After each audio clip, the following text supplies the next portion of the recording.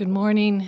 I think it's almost good afternoon now, and I'm sure it's a exercise in patience that we talk about every day, waiting for this, for us to get here. So as we turn the calendar over to March, we are reminded that it has been almost 12 months since the pandemic began for us in earnest here in PEI. When it started, we realized it was new territory for everyone, and there was no playbook to guide decisions. Since the pandemic began, we have learned much about the devastating impacts of this global pandemic on some populations, especially those in long-term care and communal living environments. We have also learned a great deal about COVID-19, and most importantly, how to manage this virus. 1 year ago, we could not have predicted where we would be in March 2021. And few, even the most optimistic, could have predicted there would be a safe and effective vaccines against COVID-19 and that our vaccine distribution plan would be well underway.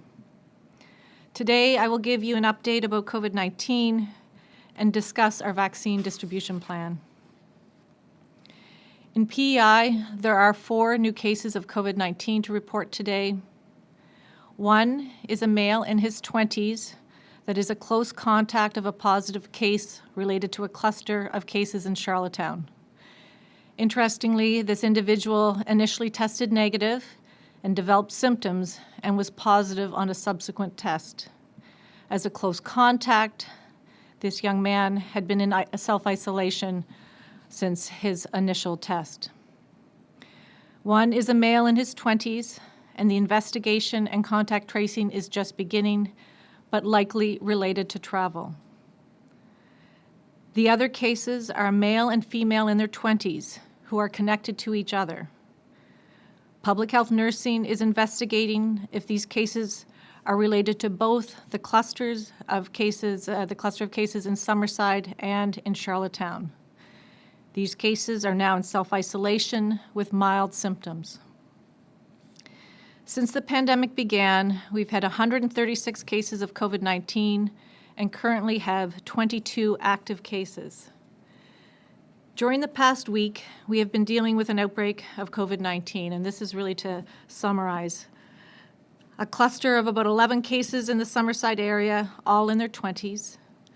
A cluster of 6 cases in the Charlottetown area in individuals, mostly in their 20s, and one in her 50s. And we have one male in his 20s with a history of travel outside of Atlantic Canada. And as I mentioned, a male in his 20s, and the contact tracing and investigation is just beginning, but appears to be travel-related. We've also had 2 females in the Charlottetown area test positive after traveling from PEI to other part of Atlantic Canada. These cases were announced last Wednesday, February 24th. Late yesterday, our office was advised by the provincial lab and the National Microbiology Lab that these 2 cases were related to the variant B1117 first identified in the United Kingdom. Although not unexpected, the presence of a variant of concern is a reminder that we are susceptible to variant strains of COVID-19. Variants of concern are known to be more infectious, meaning they can lead to exponential spread. All of our positive samples are routinely sent to the National Microbiology Lab for genetic sequencing, and typically results are available within 7 to 8 days. We should know the sequencing results of some of our other cases, hopefully by the weekend. In the meantime, out of an abundance of caution, we will continue to manage all cases as if they are variant strains. As Premier King recently noted, no one intends to contract COVID-19 or bring it into the province. Now more than ever, it is the time for Islanders to be supportive and understanding towards people with COVID-19 and their 205 close contacts. In all cases, these individuals got COVID-19 while going about their daily lives. This is a reminder to every Islander that the virus moves when we move, and that we should think twice about the type and length of our interactions with people outside our households, including the need to travel off-island. Effective Sunday at midnight, PEI moved into the alert level red measures with modifications for at least 72 hours. These restrictions will allow us time to do additional targeted testing of asymptomatic islanders and gain a better understanding of the extent of the outbreak. In particular, it was strongly recommended that young people aged 12 to 29 or 14 to 29 in the Summerside area without symptoms of COVID-19 be tested. In addition, young people aged 19 to 29 who worked in certain areas such as food service sector, delivery and transportation, fish and meat processing, call centers, and those who are not vaccinated and work in long-term care. As I mentioned on the weekend, testing of people both with symptoms and without symptoms is key to helping us control this outbreak and break the chain of transmission of COVID-19. During the 3-day period between Saturday and the end of the day yesterday, over 10,000 tests were collected across PEI, including 2,800 rapid tests taken at the clinic in Stratford and Three Oaks. As of this morning, there are just over 2,000 tests pending. Thank you to all the young people across the province who responded positively to the recommendation to be tested. As evidenced by your actions, it is obvious that you listened and heard the advice. Your willingness to help us get the current outbreak under control is encouraging and is an excellent example to everyone in our province. Thank you to each and every one of you for your leadership and for caring about your health and the health of your friends and the community. A heartfelt thanks to the hundreds of people who worked tirelessly over the weekend to meet the demand for testing. Thank you to our partners at Health PEI, at the testing clinics and the provincial lab, Island EMS, Department of Transportation and Security. I also want to thank the many other public health staff who worked long hours over the weekend to do contact tracing and other necessary yet behind-the-scenes work to manage this evolving and serious outbreak of COVID-19. And a special thank you to the Chief Public Health Office staff and my team. Our slow and steady march to immunize islanders continues. Despite the spike in cases and associated increase in testing and contact tracing, the vaccine distribution plan continues uninterrupted. As of Saturday, February 27th, a total of 12,596 doses of vaccine have been administered. And that means 7,377 individuals have had at least one dose of the vaccine. Our goal is to immunize 80% of all adults in PEI. The AstraZeneca vaccine has been approved by Health Canada, and although we don't know the exact number of doses, we do anticipate doses to arrive and possibly very quickly within the next couple of weeks. We are in discussions regarding the optimal target population for the AstraZeneca vaccine, and I will share more information about the AstraZeneca vaccine next week. Based on emerging evidence and population-level data, the National Advisory Committee on Immunization is anticipated to release guidance on extending the second dose of the mRNA vaccines. This guidance is based on research and data about how well the vaccine works after the first dose. 2 weeks after the first dose, individuals will have very good protection. But of course, in order to have that protection maintained, a second dose or booster injection is needed. This anticipated guidance is a significant development and a game changer for PEI.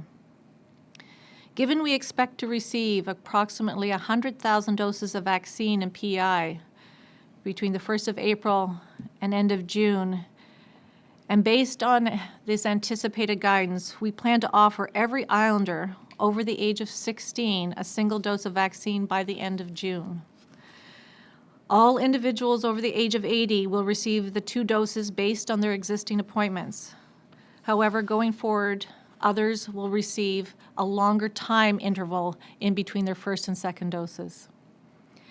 This approach will allow us to achieve herd immunity more quickly thereby protecting more islanders from COVID-19. While some of our vaccine shipments were disrupted in February, now we are expecting enough vaccine to forecast the rest of the vaccine rollout. If all adults are vaccinated with 1 dose by July 1st, we will have a better summer than last year. And it may not be the summer like we would have had pre-COVID, but because we can expect that some public health measures will remain in place, and there may continue to be some border measures in place. But this is overall very good news. In April, we will let you know more about what achieving herd immunity in the adult population may mean for travel and activity this summer. But knowing that it may be possible to have all adults over 16 partially vaccinated in the next 4 months brings the finish line into much sharper focus. And I know people are wondering, where am I on this list? As you know, we have immunized and offered immunization to those in long-term care and community care, and the staff working in long-term care and community care. A number of healthcare workers who have been involved in the COVID response, and our frontline healthcare workers have been vaccinated or are being vaccinated. The vaccine clinics have started in our First Nations communities. We are currently immunizing rotational workers and healthcare workers involved in direct patient care and individuals in congregate living environments. Between April and June, we will focus on those in Phase 1 who are not completed, first responders, including police, firefighters, and utility workers. In age categories, beginning with adults over the age of 75, moving down in 5-year increments, those over the age of 70, and then over the age of 65, and those over 60, as well as other frontline essential workers, age 18 to 54, who cannot work virtually.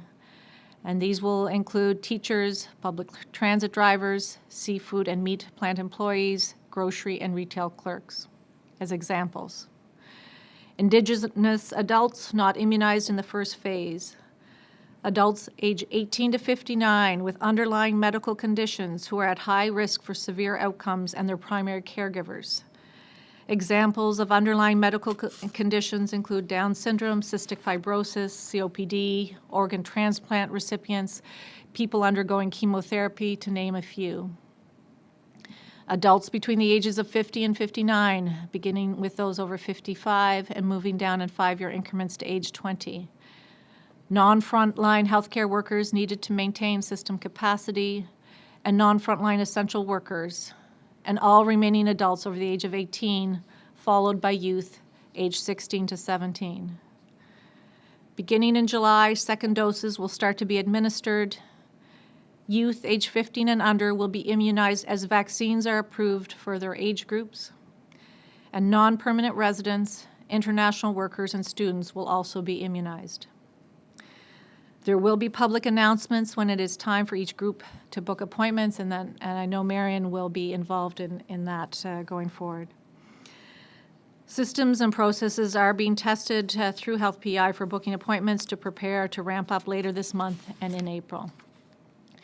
We ask for your patience and understanding as we continue to distribute vaccine to all islanders who want to be immunized. As I've said before, there will be vaccine for everyone. My final point on vaccine is the primary goal of the vaccine program is to protect people from severe disease and hospitalization related to COVID-19. Also, any vaccine that is approved by Health Canada is safe and efficacious. Islanders can be assured that if they are offered a vaccine, it is appropriate, safe, and effective. We've had a couple of questions about enforcement just before I finish. Justice and Public Safety is leading the enforcement activities related to COVID-19, and they have been an excellent partner since the pandemic began. To date, they've received 587 complaints or tips. They have visited 709 residences and completed 6 business inspections. 200 warnings have been issued and 111 charges laid, including a $5,000 corporate fine this week. Since December, 1,015 random self-isolation checks have been completed. The requirement to self-isolate is a legal requirement in PEI for all cases and close contacts of cases and anyone who returns to the province. The past week has been challenging for everyone in PEI. We have discussed the possibility of a resurgence of COVID-19 in Canada related to a non-variant and new variants of concern. Discussing it as a possibility is much different than experiencing a sharp spike in cases in our own province. The current outbreak is a reminder of how quickly COVID-19 can spread, and that by the time we know there are cases, we actually have an outbreak. We have been in similar situations in the past, and we will get through this together. We'll continue to focus on limiting the extent of the outbreak and containing the spread of COVID-19 in our province. We will be making an announcement tomorrow regarding the alert level red phase, specifically if these measures will be continued or if we will begin to transition back to the circuit breaker measures, effective tomorrow at midnight. I urge all islanders to have the fewest interactions with the fewest number of people for the shortest time at the greatest distance possible for this period of time. The news about the vaccine is a beacon of hope in our fight against COVID-19. As I mentioned earlier, we can see the finish line and we can envision a summer that is different than what we experienced in 2020. So let's continue our efforts together. Let's continue to demonstrate our PEI resilience and adaptability for the next few short months. Let's please be patient and kind. Thank you. Thank you, Dr. Morrison. Good afternoon, everyone. The past several days have required a tremendous effort from COVID clinic testing staff and physicians, our laboratory staff and physicians, public health, support services, including Island EMS, transportation, and many others throughout the health system and broader public service, not to mention the Chief Public Health Office. Thank you to everyone who has contributed to limiting the spread of the virus, including Islanders who have come forward to be tested and are following the guidance of the Chief Public Health Office. As Dr. Morrison mentioned, since Saturday, we've completed more than 10,000 swabs of individuals. Yesterday alone, over 3,300 swabs were taken at 7 sites across the province, providing more access to testing for PEI than ever before. The laboratory staff have been able to turn these results around within 24 hours, which is fantastic for our patients to receive the results so quickly. As a reminder, this time last year, we did not even have testing capacity for this virus on PEI. Thank you to our laboratory team for their leadership and efforts. The achievements of this group over the last year have been exemplary.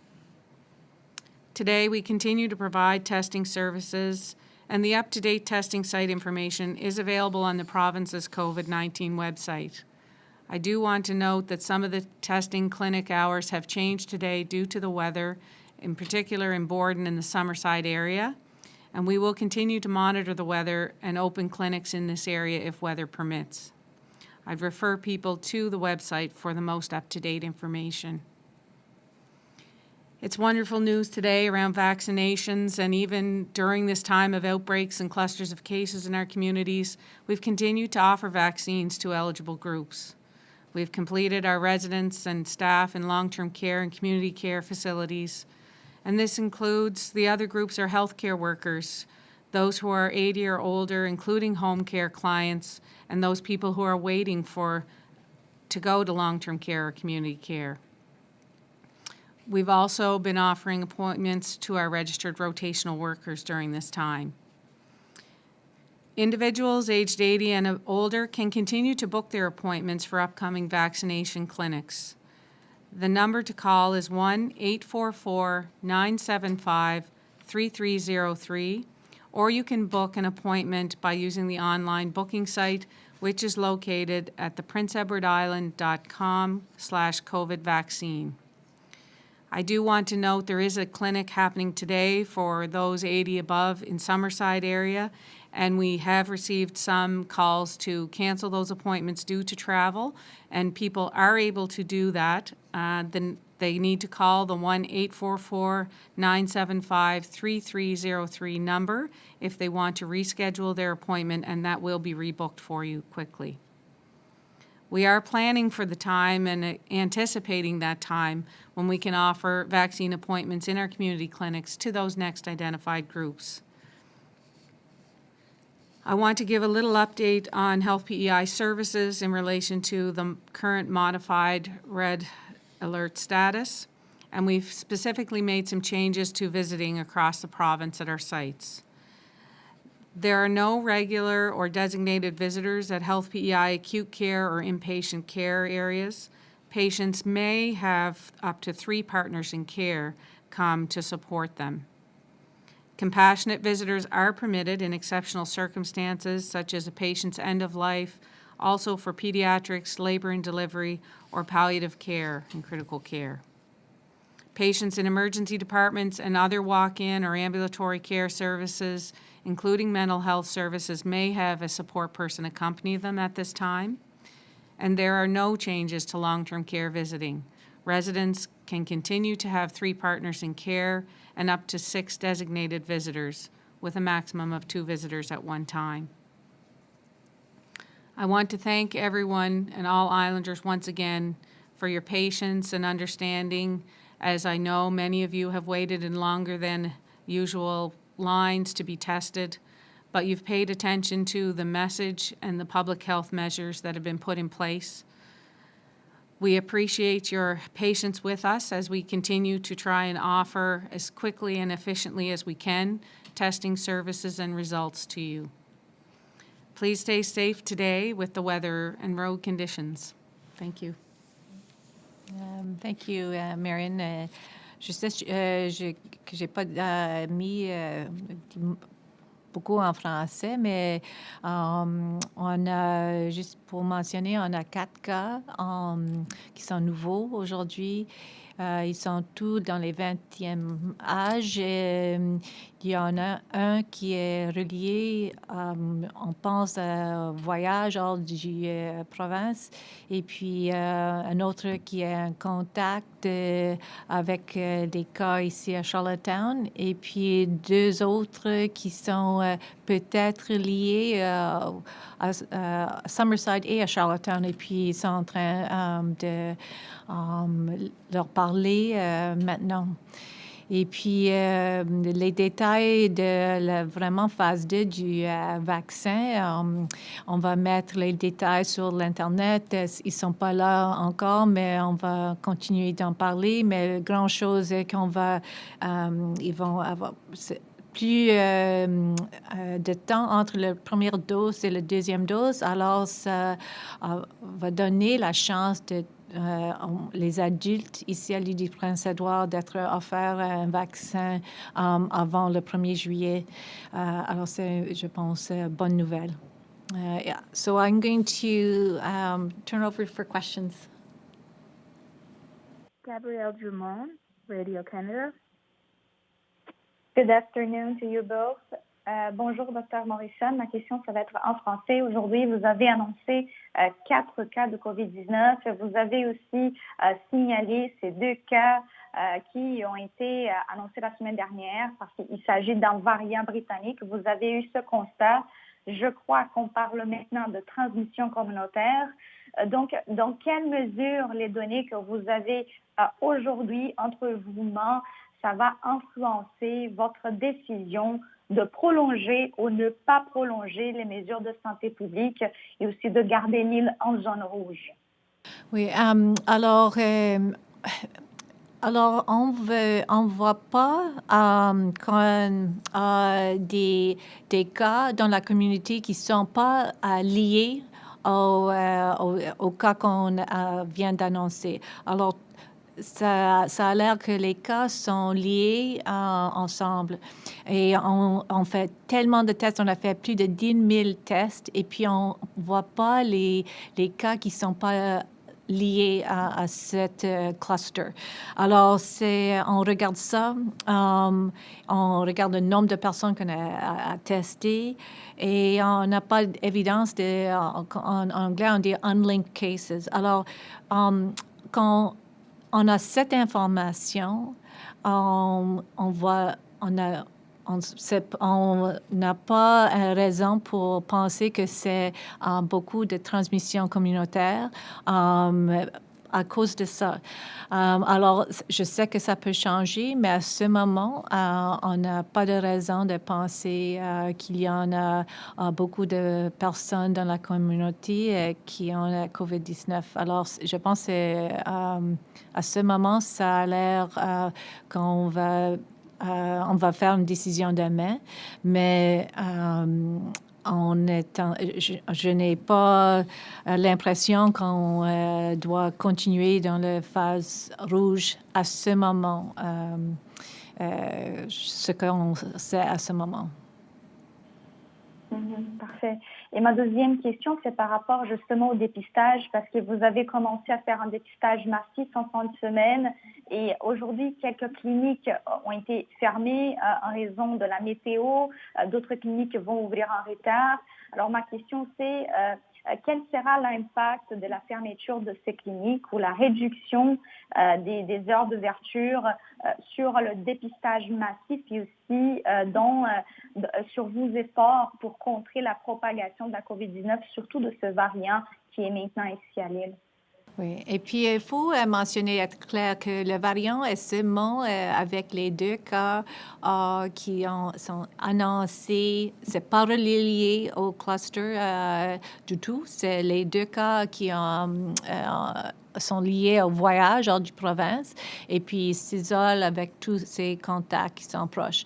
Mais on sait que même le nombre de personnes qui ont testé hier était bien plus petit que le week-end. Et on pense que même avec les cliniques qui sont ouvertes, on va avoir la chance de continuer de faire tester beaucoup de gens qui en ont besoin. Et puis, je sais peut-être, Marion va en parler aussi, mais je pense pas que le météo aujourd'hui va changer tellement les choses. Je sais que les personnes qui veulent être testées vont avoir la chance, même si c'était pas à Three Oaks, ça va être à Sliman Park on peut être testé.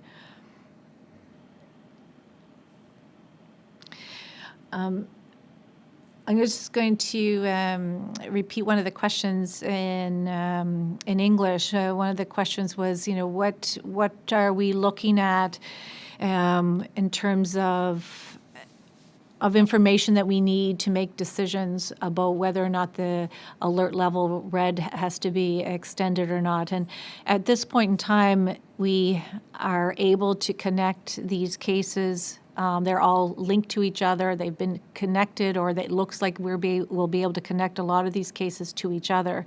We've tested a significant number of people, and despite all those additional tests, we're not getting a whole bunch of unlinked cases. And that's really key to what and important for us to know as we look forward and if we're trying to determine if there's any sort of more widespread community transmission. So with over 10,000 tests, we're not getting, and that includes symptomatic and asymptomatic people, we are not getting those indications of the unlinked cases at this point in time. Kevin Bissett, Canadian Press. Yes, good afternoon, Dr. Morrison. I know you said that you'd have more to say in the coming weeks in regards to the AstraZeneca vaccine, but I'm wondering if you're changing your vaccine rollout plans at all now that the National Advisory Committee on Immunization has recommended that AstraZeneca vaccine not be given to people 65 and over. So when we get confirmation of the exact amount that PI would be getting of AstraZeneca, we would be targeting AstraZeneca to healthy, younger individuals who are working frontline essential in certain frontline essential services, and that's would be our plan. And offering it to them, and knowing that people will have a choice. But AstraZeneca is showing good evidence around decreasing severe illness and hospitalization. So we'll know more about how many doses exactly, so we'll know exactly which groups, but that is certainly our current thinking. Okay. And just quickly, wondering with the two confirmed cases of the variant, are you expecting to see a lot more of the results coming back to indicate the variant? So it takes up to a week for us to get the results back regarding the variant. And I mean, the two cases that were identified as variant, I think we're very glad that we were able to identify those two cases early enough that they were isolating fairly quickly after return from travel. And they are close contacts, are in isolation, and I, especially knowing after the fact that they involve the variant. I do not know if these other cases are variants or not, but as we've said, we're treating every case as if it could be a variant, but reinforcing the importance of isolation, the importance of our contact tracing, and our ongoing testing. Thank you. Okay, thank you. Wayne Thibodeau, CBC. Good morning, Dr. Morrison. I wonder if you can chat with me just a bit more about the modified red alert, the 72-hour lockdown. I believe you said in French, if I got it correctly, that you don't think it will be extended past tomorrow. But just if you could talk to me a bit about that and what factors you'll be looking at for that. Hi, Wayne. I mean, I think we know how much can happen in a day, so or even in a few hours. So many things can change, but certainly at this point in time, we would be looking to base it on the information we have. And we are able, in terms of the cluster of cases at this point, it appears like there is a connection from our cases to each other, and I think that is certainly reassuring. We've tested a significant number of people, so we look at how many people we're able to test, and there's no indication of these unlinked cases, either in symptomatic or asymptomatic people, indicating more broad spread. So it's given us a chance over the last couple of days to get more information, and we know that there are still 2,000 tests pending, and we'll be waiting those results as they come in over the day. But at this period of time, it certainly looks like they are linked to each other, and if that's the case, then we'll be making a decision, and we'll announce that tomorrow.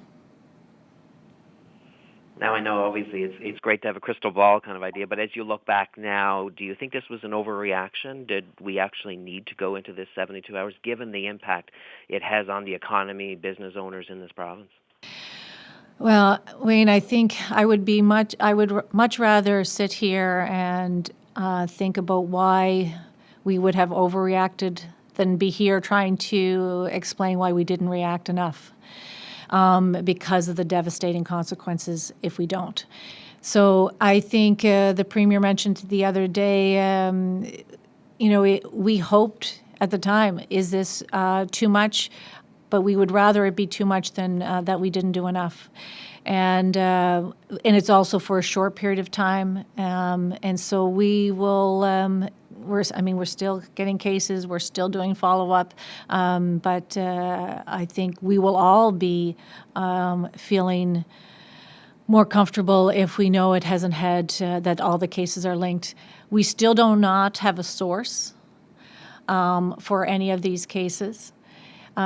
We may not find that source, But if we can at least feel that the cases are linked and it hasn't spread any further, we will certainly feel all islanders will be more reassured. But I think the same thing, I know Nova Scotia put in some measures in place, and we had a chance to speak last night, Dr. Strang and I, and we are both, in a similar place, and that's why the circuit breaker measures were put in, and then trying to make sure, especially as we look forward ahead, if we can keep the situation of COVID under control now, it allows us to get the vaccine out to more people and get us in a very different position in this island.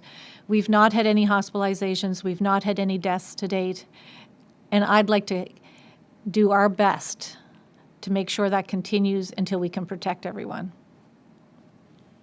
Thank you very much for your time, Dr. Morrison. You're welcome. Rachel Collier, Eastern Graphic. Hi. My question today is about the COVID app. I'm wondering if it has been helpful in contact tracing efforts at this point, or if there's a need for more islanders to download that for it to be effective. Hi, Rachel. I will let you know that we have had 2 opportunities where the one-time key has been offered to our cases, so that if a case tests positive, they're offered this one-time key that they can download in to their phone, and it will send out an alert to anyone that they've been close to, and that's how the app works. And so we hadn't had any opportunity, or our cases hadn't had the app for many of our cases, but that has happened a couple of times. So what it does, if it sends out an alert to other people to indicate they should go get tested. And so I don't know how many people as a result may have received that notification, but I do know the one-time app or one-time key has been used a couple of times. Okay. And I guess since you did mention a false negative there earlier, with the type of testing that we're doing now with some folks who are asymptomatic, is there any way of knowing like how many false negatives could be expected? Or I don't know what you'd be able to offer about that. Actually, so we're using a molecular-based testing for the rapid test called ID Now. And it has excellent negative predictive value. So it has, in a population that doesn't have high prevalence of disease, which would be us and PEI, the negative predictive value would be over 99%. So we have a lot of confidence in our negative tests, in our rapid tests. And and that's really almost as good as the PCR, which is sort of the gold standard. So we have really good confidence in our negative test results out of ID Now. So I'm not sure. I don't recall mentioning false negatives, but I have really good confidence. I think if you ever get where the ID Now, if there's not much prevalence in the population, there is more a risk of having false positives, and any positive then is it would have to be confirmed with the PCR tests. But the negative tests should be really, people who test negative with the ID Now rapid tests should be very comfortable. That's negative on that day. It does not mean that if you get symptoms 2 days later, you shouldn't get tested, because all it does is a point in time. It does not mean it will last for days. Thanks for that. I'm sorry if I misunderstood a comment earlier. No, that's Bye. Laurent Rigaud, Le Bois. Good afternoon to you both. Bonjour, Dr. Morrison. J'avais une question sur les cas positifs qui ont été identifiés, qui sont liés aux 2 clusters. Les cas positifs, ils ont été trouvés grâce au contact tracing ou grâce aux cliniques de dépistage qui ont été faites toute la fin de semaine? Les cas, deux cas positifs ont été, c'était pas les contacts proches qui ont été identifiés. C'était, ils sont allés pour faire les tests parce qu'ils ont entendu qu'ils ont peut-être eu le contact avec les locations. Sauf qu'il en a eu, il était symptomatique depuis un bout de temps. Alors, vraiment, ils ont dû peut-être être testés avant, mais je suis content qu'ils sont allés être testés. D'accord. Et j'avais une question sur ces deux clusters, ces deux grappes, à Charlottetown et à Summerside. Aujourd'hui, est-ce que on est 100% sûr qu'il n'y a aucun lien entre ces deux grappes ou est-ce que vous avez encore un doute? Peut-être j'ai pas compris. Je pense qu'on a vraiment, on est en train d'en parler avec les cas, mais je pense qu'il y en a un lien entre les deux clusters à Charlottetown et Summerside. On vient de peut-être trouver une relation entre les deux clusters ce matin. D'accord, merci. Dave Stewart, The Guardian. Good afternoon, ladies. I guess first off, that sounds like great news in terms of everyone getting their shot, if I heard correctly. About 100,000 vaccines first shot from April 1st to June. Is the system set up for that? It sounds ambitious. This is just a matter of people will be going over to their pharmacies or booking appointments at their pharmacies. Just wonder if you could expand on that. Well, maybe I'll start and then Marion can continue. So it's it really will be a lot based on what there'll be mass clinics set up, and we will also be using our pharmacy partners will be involved, pharmacists as well. And just as a note that we talked about it early on that.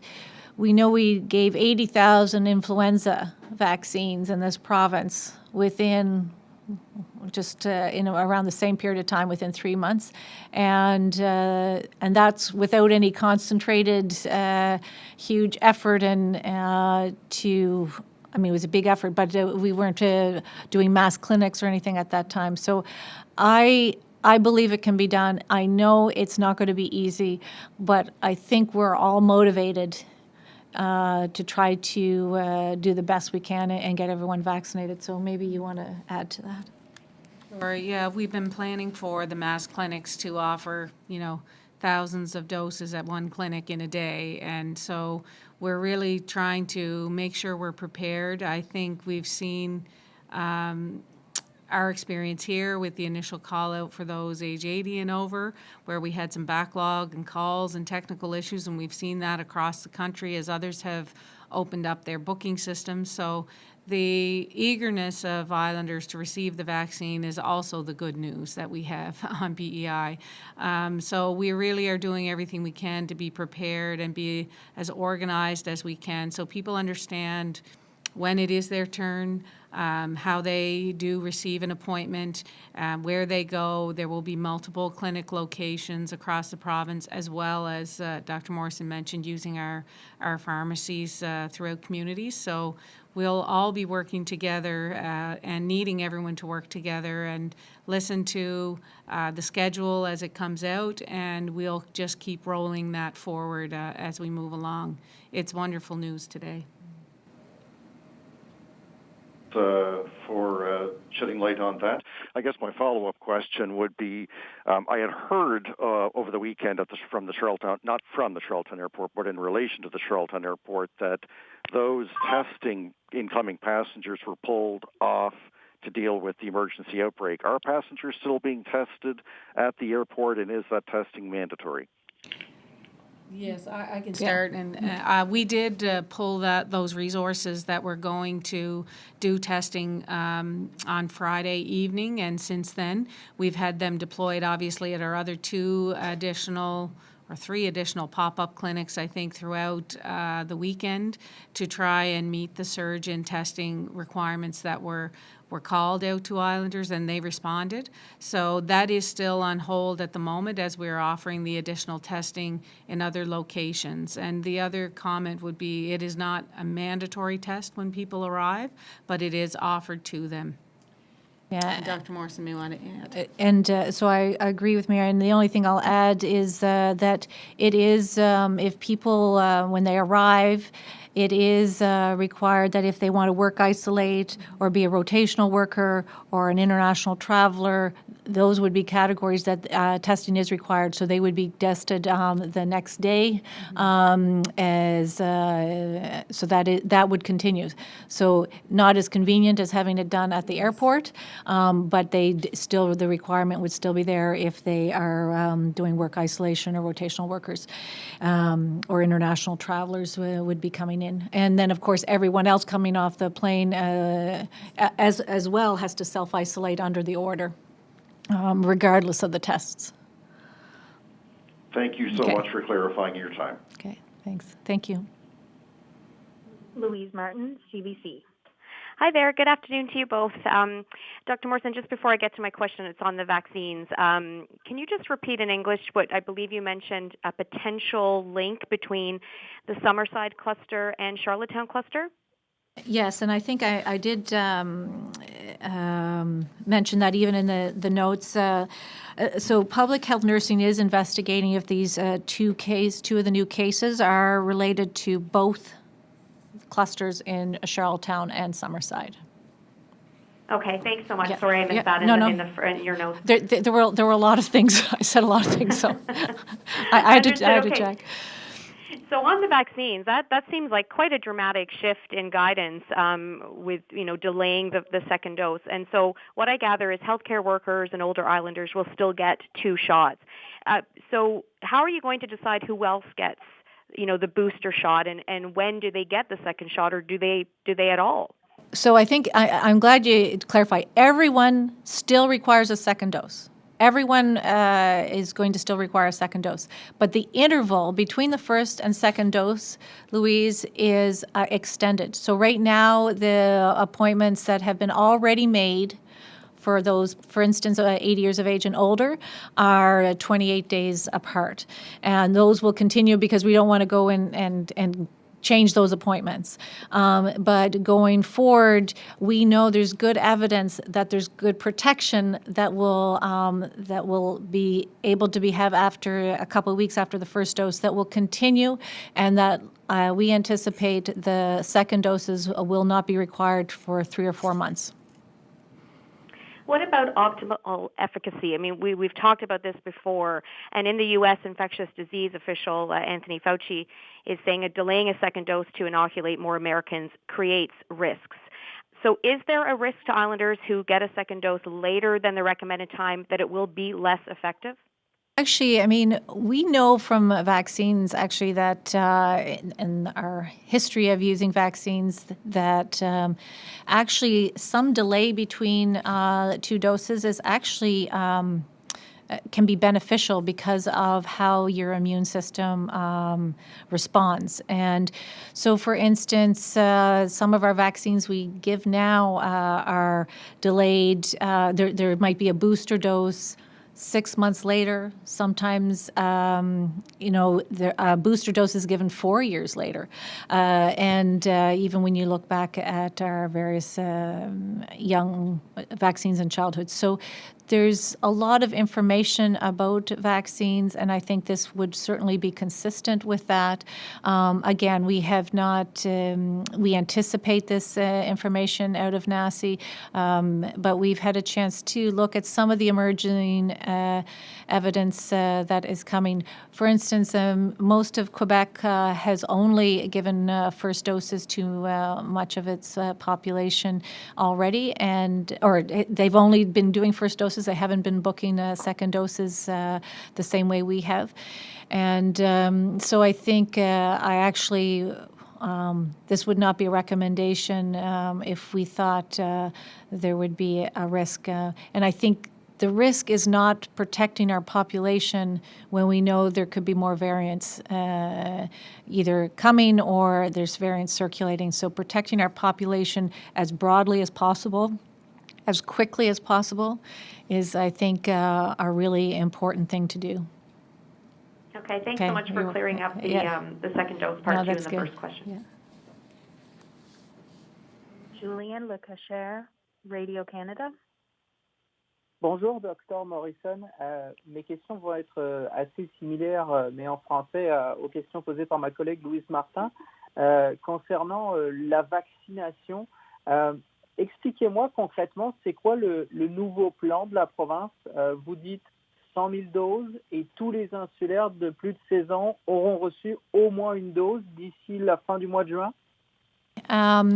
Bonjour. Alors, on a quand même plusieurs mille des insulaires adultes à l'île du Prince-Édouard qui vont recevoir la vaccination avant la fin de mars. Mais après ça, entre le 1er avril et la fin juin, on va recevoir à peu près 100 000 doses de vaccins. Et puis, c'est assez pour faire les vaccinations pour au moins 80% de notre population adulte ici à l'île du Prince-Édouard, avec les adultes qu'on vient de faire déjà et puis les adultes dans les autres groupes jusqu'à la fin de juin.